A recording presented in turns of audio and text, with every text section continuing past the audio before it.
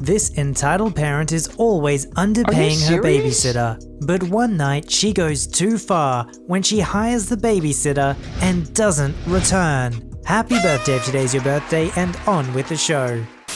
I worked at a little ice cream shack over the summer. We get some entitled rude people, but this is the best story I have from there, and the most memorable. It was my 4th day on the job, and I just finished my training. My boss, we'll call her Kate, was watching as I took an order for a dad and his 9-year-old daughter. They were the first in line. The dad gets a milkshake and the daughter gets soft serve ice cream. No big deal. I get the order out just as we get the 7 PM rush, which happens every day. Kate and I take orders and make them like crazy, trying to move as fast as we can, because there are 10 people in line. We get down to the last few people, and she was just handing out someone else's order. In the middle of me making a hot fudge sundae, a woman sticks her head through my window and starts yelling her order at me. I give the response that I would be happy to take her order once I finish the one I'm already on,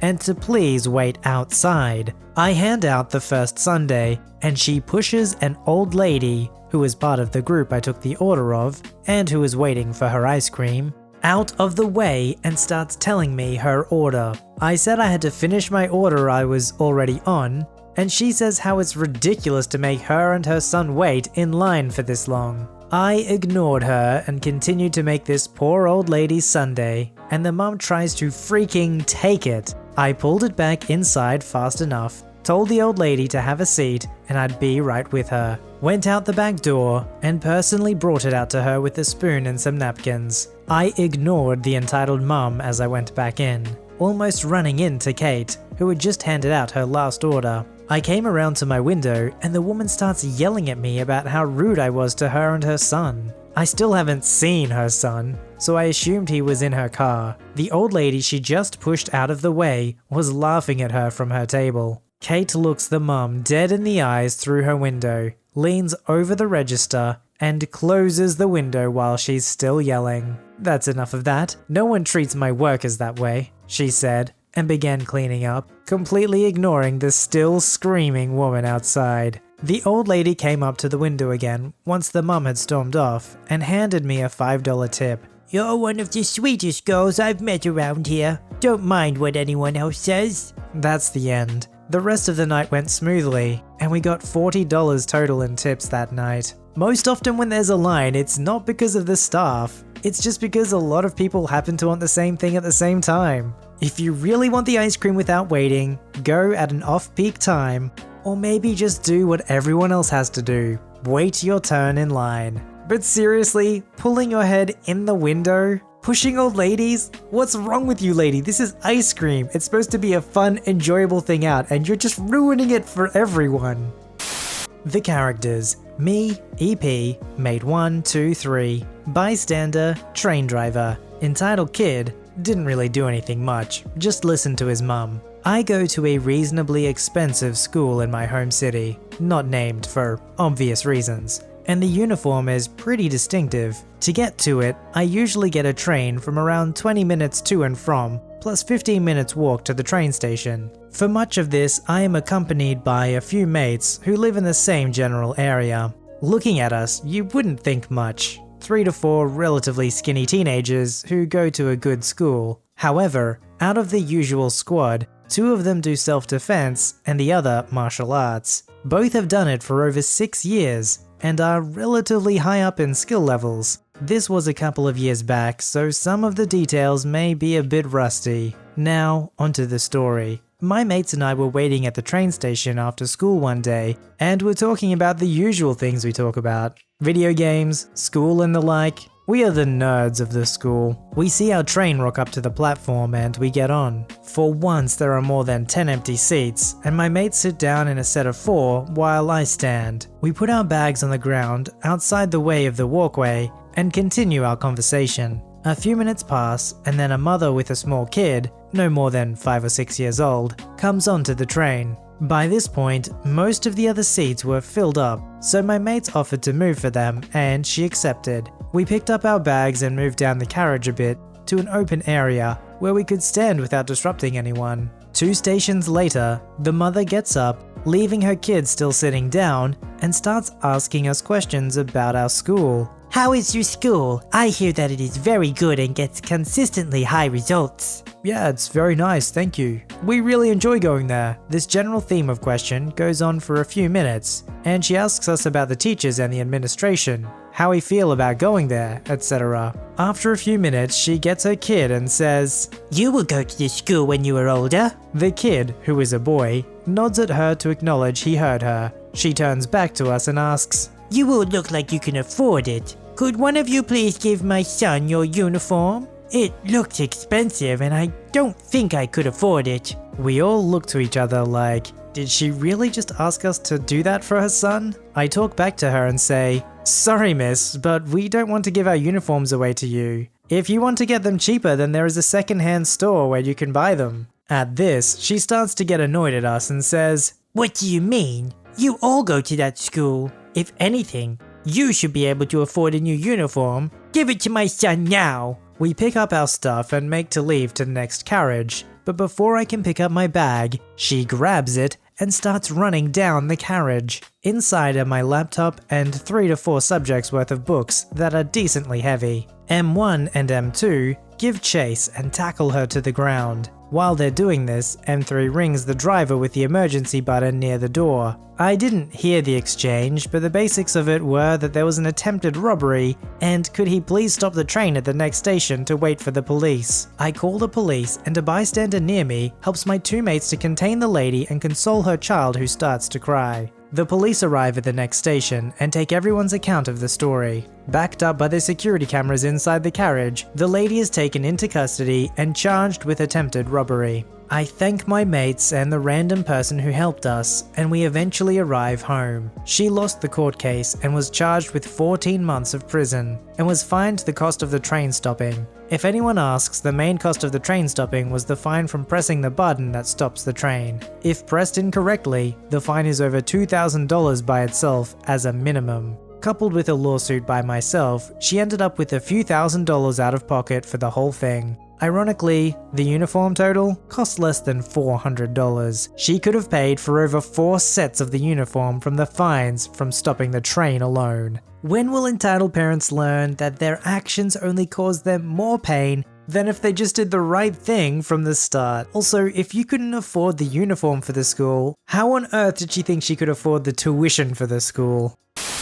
So let us start. I'm Ghanaian, and if anyone knows anything about West African diaspora, you will know that Ghanaians and Nigerians share a lot in common, and often find themselves in the same communities. Also, if anyone has met any entitled African parent, you will understand the theatre that is surviving them. I have many stories to fill a whole novel, but let's start small. So the entitled family. Cast: entitled mother EM, entitled father EF, and entitled kids EK1 and 2. This is a Nigerian family that had moved into our little town and naturally entered my parents' circles, and therefore became family friends. This started the process of them becoming a thorn in our family's sides. The event I'll mention is what severed ties between our families. So, after a couple of years living in our town, they moved to the nearby city where EF got a nice job as a consultant, doctor, in cardiology. Good for them,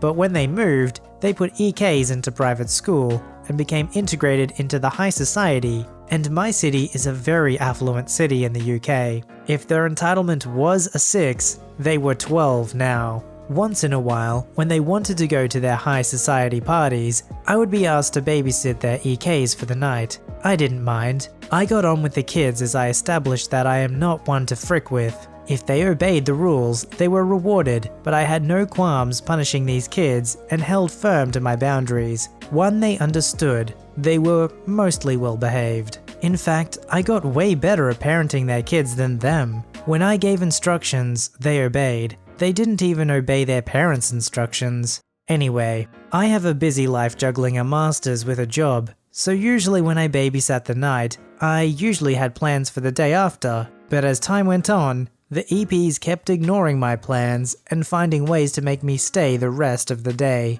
like forcing me to go to church with them and conveniently going shopping in a mall for hours, when they were meant to drive me home. I lived a 40-minute drive from them. No matter how much I protested, they kept finding ways. Anyway, the event. I was asked to babysit whilst we went for dinner on a Friday night. My mother's birthday was on Saturday, so I made it abundantly clear that I had to leave in the morning to spend the day with my mum. They said they will drop me home by 9 AM on Saturday. I agreed. They went to their party. I played with the kids, and after a fun bubble bath, I sent them to bed. Around 2 AM, the EPs have still not arrived, and I went to sleep. I woke up around 7 AM and realized they were not home. I rang them to find where they were. This was the phone call. Auntie, African custom to call older females aunt, whether they are related or not. Please, where are you? You said you would drop me home today. Oh, OP, the party ran late.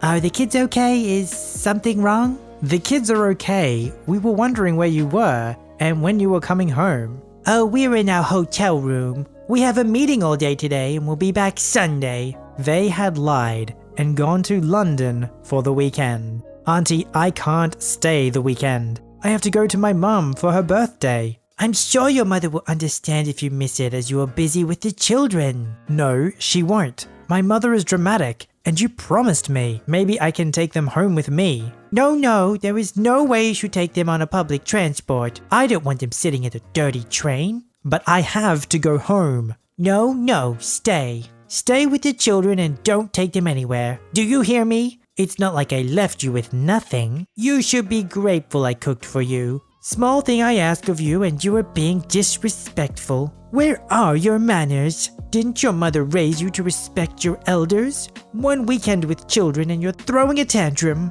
I feel sorry for your future children. She hung up and refused to pick up my calls. I ring my mother and tell her the situation. I am upset. She is upset. And the best way to fight an entitled African parent is to send another entitled African parent to battle with them. My mother has been a mother longer than her and has mastered the African mother dramatic manipulation technique. So my mother rings her and lays into her. My mother rings again and tells me to take care of the children for the weekend. But this will be the last time I will ever babysit for the family. So I stayed the weekend and dealt with the entitled kids' shenanigans. My parents arrive on Sunday to pick me up, and together we wait for the entitled parents. Now bear in mind, I don't know what went down on the phone call between two sets of parents, but when the parents arrive, they look shook. The minute they see my mother, they are scared. They don't even say anything to me. The entitled father just pushed 150 pounds into my hands, and my mother drags me into the car. The EPs lock the door in a hurry, and my parents are fuming in silence on the way home. I have never seen such animosity. Anyway, that was the last time I ever saw that family ever again. That's honestly pretty shocking if you thought you were just babysitting for a few hours, and then all of a sudden, you have to stay the night there, you wake up and they're like, yeah, you've got them for the weekend. What? What do you do in that situation? You don't want to just abandon these children like their parents did. But at the same time, you can't stay there, you've got things you have to do. The utter irony as she's like, I feel sorry for your future children. Yeah, I'm pretty sure OP feels sorry for your children right now. This was on my little brother's birthday, April 17th. Me and my mum were at Walmart picking up a cake for everyone to have, then a small personal one for him to eat himself. After grabbing things like groceries, the cake, and a box of diapers, me and my mum decided to grab him this robotic dinosaur toy as another birthday present, because his dad, who was deported out of the country before quarantine was put in place, had managed to send my mum some money and said to buy him something from his dad. As we're going through the aisles, I stopped because I wanted to grab a pack of trading cards for myself when I see a Bulbasaur plush. Last one, sitting beside two Squirtle and a Pikachu. I was paying for my own stuff, so I didn't ask my mum if I could have them or not. Going back to join her, we grab the dino toy and a few more quick things from the pharmacy. We go to self-checkout, and I decide to go to one and buy my stuff quickly, so I can help my mum out with the heavier stuff in the cart. I scan the Bulbasaur first and put him in the bag before scanning the cards, a drink and some candy. I'm about to put my money in to pay when I notice a small child is looking into my bag. I don't know if it was just that he happened to be really pale or if he was sick, but I wasn't gonna take my chances since I'm a higher risk. Only there because my mom jacked up her shoulder and can't lift heavy things. I swiped my bag away from him and shoved my 20 into the machine, asking him, very nicely, to go back to his parents. He looks at me and says, "You got your Bulbasaur. They only have Pichu and the turtle in the aisle. Could we please trade? I already got the turtle and I don't like Pichu much." I didn't even get to speak because as soon as he stopped speaking, his mum started. "Just give him the darn toy. You're like 12. You don't need a freaking plushie. He asked, now give." I looked at her before speaking in a tired tone. "Ma'am, I'm 17 years old and I do not think you should be speaking to me like that. You should learn some manners and be a better role model for your child." He had asked me already to trade the plushie. I get cut off. "Oh, shut up already and give my baby the toy. I don't care how old you are. I'm an adult and you're just a child." My mum's looking ready to murder. I sent her a quick text in my hoodie pocket that, thanks to autocorrect, said, "Let Key handle it." Turning to the kid, I ignore his mum for a minute as I talk to him. "Sorry kiddo, but I want to keep the Bulbasaur. How about I give you some candy for asking nicely instead of trying to take it?" I handed him a bag of M&Ms I had planned to eat on the car ride home, and he seemed content, telling his mum he wanted to go, as I turned and walked to my mum and grabbed the heavy stuff for her. The EM comes over, barely says excuse me, and my mum whips around, nearly hitting the poor boy with her long braid, freaking Rapunzel looking hair, she's been growing it out since she was a child, and says, "You better be over here to apologize to my son for being a little witch, and not be trying to take something he bought with his own money."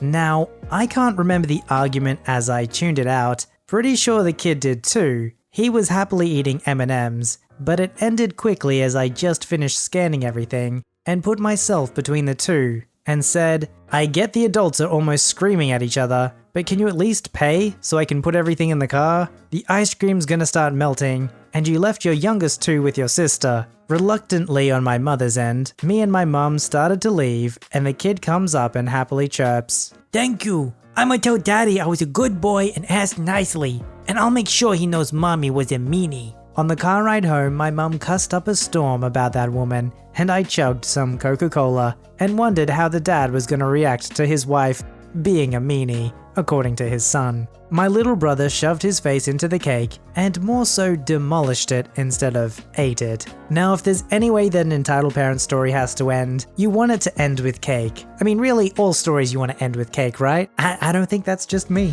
Submit your story to be read on the channel at voiceyherestories@gmail.com and join our Voicey veteran community at r/VoiceyHere. Don't forget to like, subscribe, and hit that bell to never miss an episode. Alright, Voicey veterans, I'll see you in the next one.